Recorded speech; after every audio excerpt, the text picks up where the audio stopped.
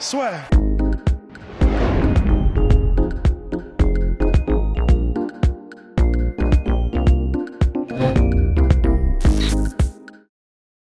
Bien, bonjour à toutes et à tous et bienvenue dans le podcast La Sueur. Bonjour mon cher Polydomso, comment allez-vous?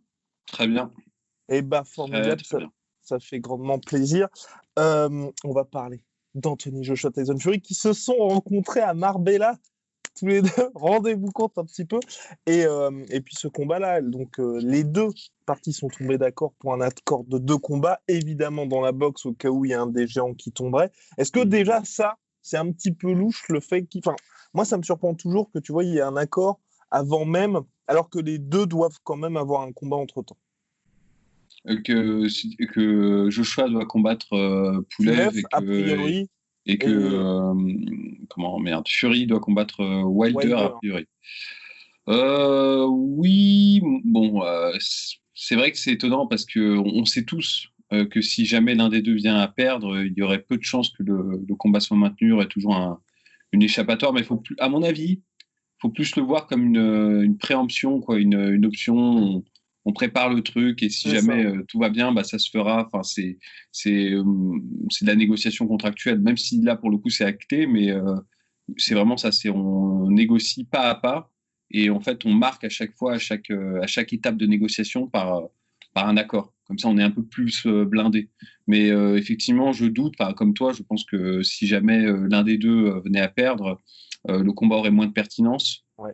Et donc, du coup, probablement ne se ferait pas. Mais après, c'est très commun hein, dans la boxe. Il y a eu beaucoup d'occasions comme ça où les gens prévoient deux combats en avance. Comme ça, ça me choque pas, en fait, ça, pour le coup. C'est ce que vient de faire, justement, ce que viennent de faire Gennady Golovkin et Canelo Alvarez pour un 3e combat. Et donc là, donc Fury, Joshua. Pourquoi maintenant? Pourquoi maintenant, mon cher Polydomso? Parce qu'on aurait pu se dire qu'on n'allait jamais avoir ce combat-là, déjà qu'on a quand même loupé le Wilder Joshua qu'on a attendu pendant quasiment 5 ans. C'est vrai, c'est vrai. Alors pourquoi maintenant je pense ce qui penche un peu en la faveur de Fury, c'est que lui est sur une montée Ouais. totale et il n'y a pas de problème. Alors que Joshua, qui pour le moment était un peu inaccessible au niveau de la négociation, hein, je pense que j'ai pas les preuves, hein, donc je m'avance, c'est mon opinion. Mais je pense que c'était plus difficile d'obtenir un combat face à Joshua, qui est Mhm. quand même une énorme star hein, médiatiquement. Il a le pouvoir de négociation. Et le fait qu'il ait chuté contre Andy Ruiz Jr., même il a gagné la revanche, ça le rend plus accessible à la Ouais. négociation. Et c'est pour ça qu'à mon avis, le combat se fait aujourd'hui. Si on replace les choses dans un monde hypothétique où Joshua n'aurait pas perdu contre Andy Ruiz, je pense pas que le combat se serait fait, en tout cas maintenant, quoi. Mais c'est Complètement. encore. Et puis surtout, en plus, là, avec Fury, mine de rien, comme tu dis, Joshua est plus accessible parce que c'est vrai qu'à chaque fois, il proposait des miettes ou quasiment à Deontay Wilder. Et surtout, avec Fury, il a aussi une véritable superstar en face parce que Wilder, quoi qu'on en dise, même aux États-Unis, c'était pas une star. Donc c'est vrai que c'est compliqué pour Joshua de se dire, je vais entre guillemets sacrifier des millions pour un mec qui va pas apporter ça à part, enfin, il apporte juste Deontay Wilder, La c'était ceinture. son bilan et la ceinture, Mm. exactement. Or Fury, pour la revanche face à Deontay Wilder au MGM Grand, il a rempli la salle à lui tout seul. Mais c'est ça. Mais en fait, c'est pour ça que je pense que ça se passe à ce moment-là. C'est parce que Fury a eu ses 2 matchs contre Wilder. Mmh. C'est une conjonction qui se réalise au bon moment. C'est-à-dire que maintenant Fury est une star. Je pense que les gens réécrivent un peu l'histoire et disent que Fury a toujours été une star. C'est pas vrai. Hein. Il n'a pas la même popularité. Il a une bien plus grande popularité aujourd'hui qu'il n'en avait, même lors de son retour dans ses premiers Ouais. combats. Je veux dire, bon, c'est pas, ça faisait du bruit, mais c'était pas le cataclysme médiatique non plus. Faut pas déconner. Maintenant, avec son histoire, sa personnalité qui a été bien mise en avant et sa revanche contre Wilder qui a été décisive, là, il a atteint un pic en termes de popularité qu'il n'a jamais eu avant. Même quand il a battu Klitschko, je pense que Ouais. c'était pas au même niveau. Et là, du coup, lui, il est vraiment très haut, donc il est en position de négocier d'égal à égal, je pense, avec Anthony Joshua, qui, pour sa part, comme je l'ai déjà évoqué, lui a dû revoir un peu sa force de négociation un peu à la baisse. Et là, c'est la grosse question avant d'entrer dans le dur, bien évidemment. C'est les ceintures, parce qu'on est en boxe, donc forcément tout est compliqué. Et là, a priori, on est en train d'être dans un cas où Tyson Fury pourrait ne pas défendre sa ceinture de WBC face à Anthony Joshua, parce qu'il y a ce fameux challenger obligatoire depuis des années maintenant qui s'appelle Dillian Whyte. Et je crois que ça fait déjà quoi, 2 ans qu'il est censé affronter Deontay Wilder, et maintenant il est encore dans une situation où il est obligé de ronger son frein parce que Tyson Fury doit avoir la trilogie face à Wilder, et qu'ensuite Tyson Fury a dit bon, t'es gentil, mais je vais plutôt aller voir Anthony Joshua. Bah oui, mais bon, j'ai envie de dire, rien de nouveau sous le soleil. C'est emblématique d'un problème, c'est que finalement les ceintures, au-delà du fait que c'est cool d'être champion et que ça te donne de l'argent, et bien sûr, il y a des conséquences très importantes sur le fait de détenir les ceintures, mais quand tu es quelqu'un comme Fury, Joshua, peut-être Wilder, mais encore je suis pas sûr, que tu as déjà la position de star médiatique, tu t'en carres un peu l'oignon en fait des ceintures. Ce qui est très important, c'est les combats que tu vas faire. Et même si c'est pour pas, imaginons qu'il perde sa ceinture pour faire ce combat, bah, le choix est vite fait entre garder sa ceinture et combattre un mec qui est très dangereux, qui est Dillian Whyte, et pour beaucoup moins d'argent finalement, que d'affronter Anthony Joshua, et au prix de ta ceinture. Bon, bah, il le fera, hein, ça c'est certain. Là, il parle justement de faire de Tyson Fury le champion franchise de la WBC, comme ils l'ont fait avec Canelo Alvarez avant. Donc c'est un nouveau statut. Enfin bref, maintenant on est dans une situation où certaines fédérations ont plus de 4 ou 5 champions. Enfin bref. C'est un autre souci. Maintenant, on va s'intéresser donc au choc. Et oui, est-ce que Anthony Joshua finalement a ses chances? Parce qu'il y a eu une énorme évolution depuis la défaite face à Andy Ruiz. On est vraiment passé de Anthony Joshua est imbattable, il va écraser tout le monde, à maintenant tout le monde peut le prendre, ou presque, grosso modo. Ouais, mais c'est assez dingue ça quand même, ce revirement de position de beaucoup de gens. Ça me surprend toujours parce que je trouve que c'est décrédibiliser déjà Andy Ruiz, qui est un excellent boxeur, et c'est surestimer la hype. C'est-à-dire, même si Joshua est très bon, ben, il peut avoir un jour sans, il peut stylistiquement ne pas être favorisé dans une rencontre. C'est impossible. Il n'y a personne qui est stylistiquement favorisé à 100% de ses rencontres. Donc, je ne pense pas qu'on puisse en tirer des énormes. Enfin, la conclusion qu'en tirent certains, à savoir, oui, bah, finalement, c'était juste une hype et il n'y a rien derrière, à mon avis, c'est pas juste comme procès à faire à Anthony Joshua. D'autant que je trouve qu'il s'est très bien adapté dans son match de revanche. Il a fait les ajustements qu'il fallait faire, donc ça prouve que c'est quelqu'un qui comprend la boxe et qui sait ce qu'il doit faire, et justement qui est pas unidimensionnel comme peut l'être par exemple Wilder. Moi je pense que le problème de Wilder, c'est qu'il est unidimensionnel, il s'est jamais ajusté d'un combat sur l'autre, il a toujours fait la même chose, et même dans le même combat il a toujours fait la même chose jusqu'à ce que ça passe. Et ça, c'est un jugement que je fais en dépit des qualités de Wilder. Hein. Ce qu'il fait, il le fait bien, mais je veux dire, c'est qu'il n'a jamais changé. Joshua, on aurait pu penser que ce soit pareil, parce que il fait partie de ces combattants qui ont on va dire, un potentiel athlétique tel que finalement, il n'a pas besoin de s'encombrer de beaucoup de technicité. Il n'a pas besoin de faire cet effort-là. Il est technique, mais c'est pas, on va dire, c'est pas ultra sophistiqué non plus ce qu'il fait. C'est fondamentalement très très bien fait.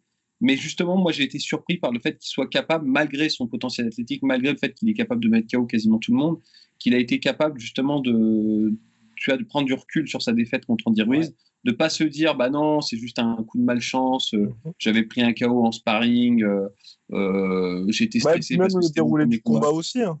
Ouais, voilà, c'est ça. Je le battais avant qu'il me batte. Il aurait pu se faire ce raisonnement-là et refaire une redite du premier combat. Mais non, là, il est venu, il a travaillé sur les faiblesses. Il n'est pas resté en face de la ligne de tir d'Andy Ruiz. Il l'a baladé pendant tout le combat. Alors, il y en a plein qui ont été déçus de ce combat. Moi, c'est marrant, je m'inscris en fou là-dessus. Je trouve que ce combat était très encourageant, justement, pour Anthony Joshua. C'est toujours intéressant de voir quelqu'un comme ça, à plus forte raison lorsqu'il a de grosses capacités physiques, faire le travail techniquement. Donc voilà, moi je pense que au contraire, le match il est loin d'être certain. Il y a plein de choses que peut faire Joshua qui sont, à mon avis, très efficaces et qui peuvent vraiment être ennuyeuses contre Tyson Fury. Et je pense que Tyson Fury, pour le coup, comme il a eu son match contre Deontay Wilder, peut-être que les gens le voient plus beau qu'il n'est réellement. Mhm. Il est excellent, hein, y a aucun doute là-dessus. C'est peut-être des boxeurs actuels en poids lourd, c'est peut-être le plus technique et Ouais. qui a le jeu le plus complet, que ce soit dans son footwork, dans sa variété d'attaques, dans sa défense. Ça, c'est certain. Mais à la réflexion, alors c'est toujours facile de refaire le match derrière, mais le combat contre Wilder, c'était ce qui était susceptible de le mettre le plus en avant, le plus en lumière. Parce Ouais. qu'à part le one punch knockout, il risquait pas grand chose, quoi. Il n'était pas. Donc du coup, je pense qu'on a une perception qui est un peu brouillée sur ce Ouais. combat. Il y a de la sous-estimation du côté de Joshua et, à mon sens, un peu de surestimation du côté de Fury. Et c'est vrai aussi que, mine de rien, Joshua, ces dernières années, avait aussi eu des adversaires qui cochaient les cases pour le faire briller, parce que même le combat qu'il devait avoir en lieu et place de d'Andy Ruiz, qui était contre Jarrell Miller, qui Jarrell ne fait Miller. que popper d'être pris par la patrouille. Lui, c'était parfait pour Joshua, justement. Ouais. Mais même, en fait, quand tu réfléchis, ceux qui ont, à mon avis, trouvé Andy Ruiz se faisaient le même calcul, en fait. Ouais. Ils se disaient, c'est un petit poids lourd, il va venir s'empaler sur les coups de Joshua et ce sera du tout cuit. Ils avaient juste sous-estimé le savoir-faire technique déjà d'Andy Ruiz dans un premier temps, et dans un second temps, sa résistance physique. Parce que finalement, il l'a eu à la dureté, au mental, en fait. Il l'a poussé à commettre Ouais. l'erreur dans le premier combat, quoi. Et il a du punch, et il boxe en combinaison, et ça, c'est très compliqué. Parce que ça, c'est un défaut. Moi, j'ai toujours dit, hein, un des défauts de Joshua, qui n'est pas visible au premier coup d'œil parce qu'il est tellement puissant que sur un coup, il peut éteindre n'importe qui, c'est qu'à mon sens, sa défense, elle pêche, surtout Mmh. quand il est sous le feu d'une agression constante. Le problème, c'est que Exactement. il y a très peu de gens qui peuvent l'agresser constamment parce que dès que tu rentres, même si tu prends juste un simple jab, tu prends un simple jab, si tu fais partie du commun des heavyweights, ce sera suffisant pour te démoraliser, en fait. Tu vas te prendre un jab, tu te dis, oula, c'est difficile de rentrer, c'est difficile de boxer en combinaison. Et donc, du coup, les défauts de Joshua qui sont une défense, on va dire, assez, on va dire, simple, et Ouais. un footwork qui, jusqu'à son deuxième combat contre Andy Ruiz, n'était pas très développé. C'est-à-dire, il reculait Complètement. souvent en ligne droite et il n'avait pas une position dans le ring qui était très réfléchie. Et ça, tu pouvais pas l'exploiter en tant que, on va dire, heavyweight moyen, à moins d'être un grand heavyweight comme Joshua. Si tu étais petit heavyweight et que tu n'avais pas un sacré menton et pas du savoir-faire, tu étais un peu mort dans le film. Ça, c'est C'est clair. ça. Alors que c'est vrai qu'il y a des petits modèles, entre guillemets, comme notre cher Carlos Takam et puis même Povetkin, qui Povetkin, l'avaient un peu bousculé. oui, parce qu'ils avaient le savoir-faire, mais je pense que pour le coup, c'était calculé de prendre Povetkin et Takam parce qu'ils sont plus dans leur prime. Ils Ouais, sont plus et dans puis leur prime. Ça Takam, aurait été c'était en short notice en de short toute façon. notice. Et c'était des combats qui, à mon avis, par exemple, un Povetkin Joshua avec Povetkin à son prime, ça aurait été très intéressant, justement, Ouais. parce que Povetkin apporte un peu ce qu'a apporté Andy Ruiz sur la table. Mhm. Complètement. Donc voilà, donc là la donne est différente, puisque là, on n'a pas du tout un modèle de heavyweight qui va dans le sens de Joshua. On C'est a un ça. mec qui est plus grand que Joshua, il est Oui, plus grand, ouais, il est plus grand, plus long à plus grand longe. allonge. Et ça, c'est compliqué pour Joshua parce qu'il n'en a pas boxé beaucoup des mecs, en tout cas des mecs dynamiques comme ça, plus grands, athlétiques et tout. Athlétiques d'une certaine manière, même si ça n'apparaît pas au premier coup d'œil. Mhm. Fury est quand même très athlétique parce qu'il bouge énormément. Un modèle comme ça chez les poids lourds, c'est excessivement Ouais. rare, hein. Donc voilà, donc c'est vrai que là-dessus, d'un point de vue, si on prend juste les caractéristiques physiques, c'est pas un match-up très encourageant pour Joshua, mais on peut faire la même remarque du point de vue de Fury. Mhm. Et là ça, à mon avis, ce match va se jouer essentiellement sur le game plan. Mhm. C'est vraiment là, c'est une question de stratégie sur celui qui va le mieux préparer et qui va le mieux entreprendre ce combat en misant sur les forces et faiblesses de chacun, évidemment. Et je pense que, oui, honnêtement, bon, je ne suis pas un fan de Joshua, mais je pense que Joshua peut le faire. Ça ne me surprendrait pas qu'il le fasse, pour lui. Oh. Ouais, ouais. En fait, non, mais parce que je me place un peu dans la perspective que tu as exposée plus tôt, Ouais, c'est qu'effectivement, là, pour le moment, le favori, ça a l'air d'être Fury quand même. c'est ça, complètement.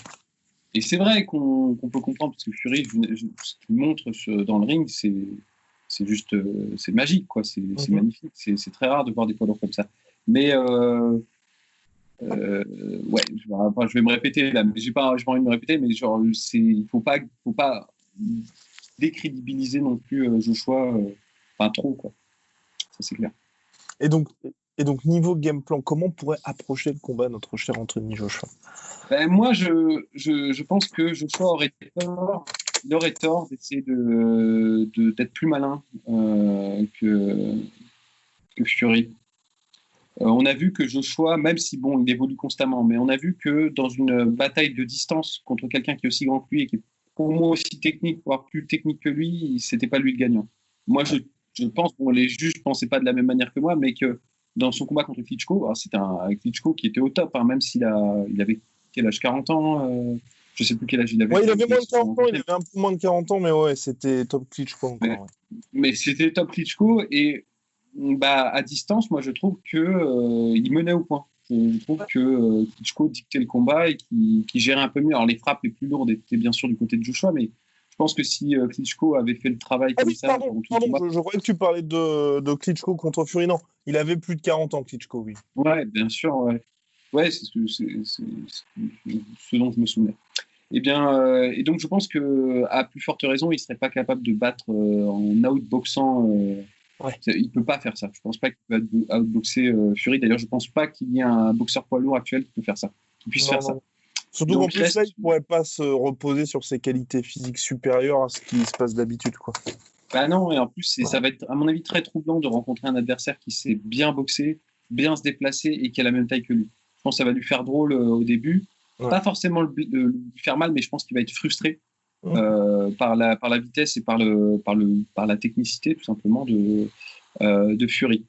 Là où il peut s'en sortir, c'est peut-être viser le contre, parce qu'il a quand même suffisamment de pouvoir Ouais. de KO. Et on a vu que Fury, quand il prenait un peu la confiance, parfois il avait tendance à s'exposer. C'est quelqu'un qui a une très bonne défense, Fury, peut-être un des meilleurs en heavyweight dans ce domaine-là, mais parfois, bah c'est son style qui est à double tranchant, comme il est très mobile et qu'il a besoin d'avoir une certaine visibilité, bah, il n'est pas enfermé dans une carapace Mmh. quand il se déplace et il est susceptible de se faire toucher, ça lui arrive. Mmh. Ça lui est arrivé notamment contre Steve Cunningham, pour ceux qui se souviennent de ce combat, Ouais. où il prend un énorme knockdown contre un heavyweight qui est plus petit que lui. Et donc là, je pense qu'avec Joshua, ça ne pardonnerait pas. Mais ça, Et à même mon contre avis, Otto Wallin, hein, récemment. et voilà. Alors c'est pour ça, alors le premier, je pense, game plan et qui serait envisageable pour Joshua, ce serait d'être assez attentiste et de chercher à pousser Fury à la faute. Mais statistiquement, c'est pas très bon parce que du coup, il perdrait vraisemblablement, s'il n'arrive pas à passer son contre, il perdrait vraisemblablement à la Au décision. point, ouais, c'est ça. Au point parce que Fury a un énorme volume d'attaques. Même si elles font pas très mal, ça emmagasine des points et il gagne comme ça. Et d'autant qu'en plus, Fury, il a un bon savoir-faire tu sais, en punch and clutch. Il tape, il s'accroche, il est difficile à toucher comme ça. Donc, c'est peut-être pas la stratégie gagnante face à Fury. Une autre des stratégies, ce serait la stratégie d'Otto Wallin. Moi, je trouve que c'est Otto Wallin. Ouais, c'est Otto Wallin. Oui, c'est ça, ouais, Je qui a trouve fait que un super combat. ce qu'a fait Otto Wallin, c'était génial. Alors, il y a beaucoup de gens qui ont dit, ouais, mais c'est parce que Fury l'a sous-estimé. Moi, je pense qu'il y a un peu de ça, évidemment, mais aussi stylistiquement, ce que faisait Otto Wallin, c'était exactement ce que tu dois faire face à des boxeurs stylistes, en fait. Ouais. C'est-à-dire avoir une approche où tu vas lui couper le pas, et surtout, ouais, bien travailler au corps et varier les niveaux. En fait, c'est basique, hein. J'ai l'impression que je me répète de podcast en podcast là-dessus, parce que c'est vrai que quand tu es contre quelqu'un qui est très flashy, qui bouge beaucoup, essayer d'être plus flashy que lui et d'essayer de l'attraper, en fait, c'est quelque part rentrer dans son jeu.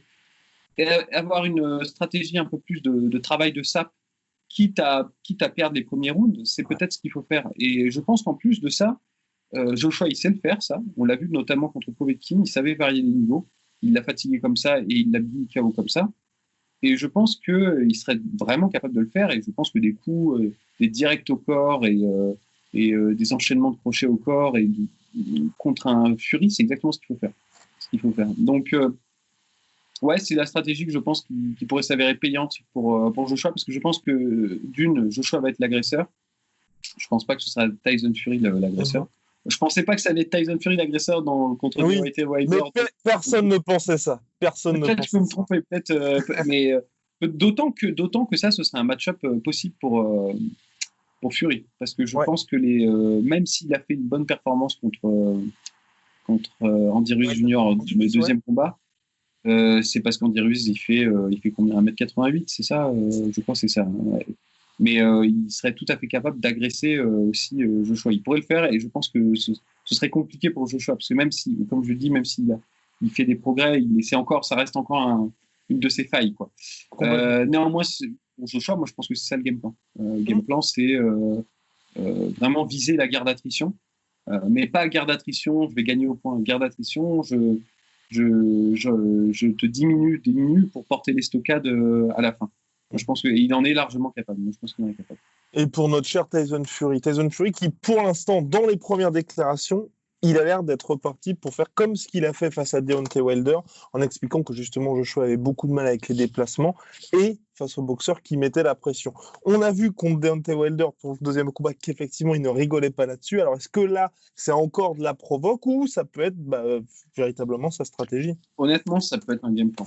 Ça peut Ouais. être un game plan parce que je pense il y a toujours le risque du contre Ouais. contre un mec comme Joshua, mais je pense que il est largement capable de nous sortir un truc comme ça. Et même s'il tape pas vraiment fort, on voit bien que il a été capable d'arrêter Deontay Wilder Oui. C'est quand même des coups d'un et mec qui pèse 120 kilos. l'accumulation, c'est ça, l'accumulation de coups, même s'il les porte pas à 100%, bah, ça fait le travail, ça fait largement le travail. Et à ça, j'ajouterais que, à mon avis, ce qui fonctionne très bien avec Joshua, c'est la stratégie de punch and clutch, quoi. Ouais. C'est-à-dire agresser, accrocher, agresser, accrocher, agresser, accrocher. Ce qu'il a fait avec Wilder, il l'a fatigué comme ça. Ah, Et je c'était pense qu'il peut très superbe. bien le faire. Et ça s'il le fait, à mon avis, ce serait très compliqué pour Joshua de répondre à ça. Parce que, hormis le Hail Mary counter punch, qui peut toujours placer, je pense que physiquement, ça ne l'avantage pas. C'est quelqu'un qui est extrêmement athlétique, qui a une masse musculaire énorme, Joshua, mais on le voit bien déplacé, à bouger comme ça. Il n'a pas le meilleur cardio de tous les combattants poids lourds, hein, Joshua. Il prend très bien ses phases de repos. Moi, je suis toujours étonné. J'ai toujours l'impression qu'il finit ses rounds assez, assez chaud. On s'en rend compte, 30 secondes de plus, c'est chaud. Il prend la minute de pause et il revient et Ouais. il n'y paraît plus rien. Donc ça, c'est très, très, très fort de la part de Joshua. Maintenant, s'il est en face de lui quelqu'un qui va l'user avec le clinch, qui va fatiguer ses muscles et tout, ça va être compliqué. Est-ce qu'on sait qui est l'arbitre du combat? Non, On saura pas. pas encore, mais en tout cas, par contre, c'est vrai que même Andy Ruiz Jr., lors du premier combat, ça avait très très bien fonctionné face à Joshua, tout ça. Parce Bien qu'il l'avait sûr. énormément frustré là-dedans. Et c'est vrai Oui, aussi parce pour que le coup qu'il avait été. Enfin, l'arbitre du deuxième combat avait beaucoup c'est moins ça. laissé faire Ruiz. C'est ça, la question du clinch et de l'arbitrage, elle est très importante parce que selon l'arbitre, la sévérité varie quant Ouais. aux accrochages. Il y a certains arbitres, dès qu'on touche, dès qu'il y a un contact avec les deux bras derrière, tout de suite séparation. Et il y en a d'autres, ils sont un peu plus. Ils laissent travailler, quoi. Ils laissent travailler un petit peu dans une moindre mesure. Je pense que si on a un arbitre, c'est Skip Bayless, je crois qu'à chaque fois que dès que les mecs se touchent, il arrive non, séparation, séparation. Bah là, ça avantagera plus Joshua parce il sera pas épuisé par ce travail Mhm. de lutte. Finalement, c'est un peu un travail de lutte que fait très bien, Tyson Fury. En revanche, si c'est un arbitre un peu plus tranquille, cool et tout, là, ça avantagera plus Tyson Fury parce qu'en plus de ça, Tyson Fury, il a tout un jeu comme Andy Ruiz Jr. de frappe en clinch qui sont à la limite, l'extrême limite de la légalité dans la boxe, où il va tenir un peu la tête, il va Ouais. pousser avec l'épaule pour frapper. Et ça, je pense que Joshua n'est pas habitué à ce type de combattant. Vraiment Mhm. pas. Et ça pourrait vraiment le décontenancer, je pense. Eh bien, réponse d'ici quelques mois, mon cher Polydomso. Big shout out to Venom. Le lien est dans la description. Les gens avaient demandé. Le lien est dans la description si vous voulez porter ce que nous portons. Si vous voulez ressembler à Polydomso bientôt, n'hésitez pas. Il n'y a qu'un seul Polydomso. Exactement. Il n'y a qu'un seul. Donc, les conseils, ce sera prendre du Venom et tuer votre coiffeur. Et vous serez exactement comme lui. Et pour MyProtein, moins 38% avec le code LASSURE. À très vite, mon cher Polydomso. À bientôt. Soit.